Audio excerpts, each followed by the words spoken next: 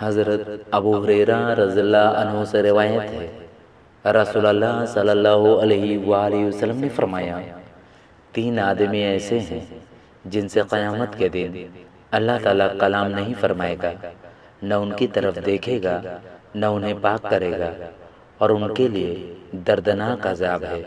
ایک وہ آدمی جس کے پاس صحرا میں چشمے وغیرہ کا پانی اس کی ضرورت سے زائد ہے اور وہ مسافر کو اس کے استعمال سے منع کرتا ہے۔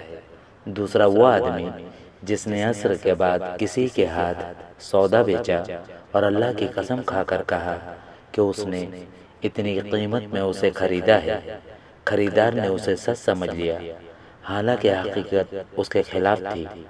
اور تیسرا وہ آدمی جو کسی امام یعنی اسلامی حکمران کی بیعت کرتا ہے اور وہ صرف حصول دنیا کے لیے اس کی بیعت کرتا ہے۔ اگر امام اسے دنیا کا مال دے دے تو وفا کرتا ہے، اور اگر امام اسے دنیا کا مال نہ دے تو وہ بیعت پر قائم نہیں رہتا، یعنی امام کی اطاعت نہیں کرتا۔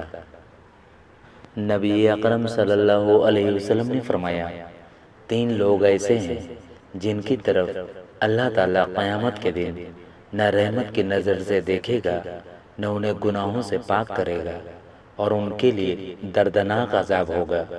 ہم نے پوچھا، اللہ کے رسول، یہ کون لوگ ہیں؟ یہ تو نقصان اور گھاٹے میں رہے۔ آپ نے فرمایا، احسان جتانے والا، اپنے تہبند ٹخنے سے نیچے لٹکانے والا، اور جھوٹی قسم کے ذریعے اپنے سامان کو رواج دینے والا۔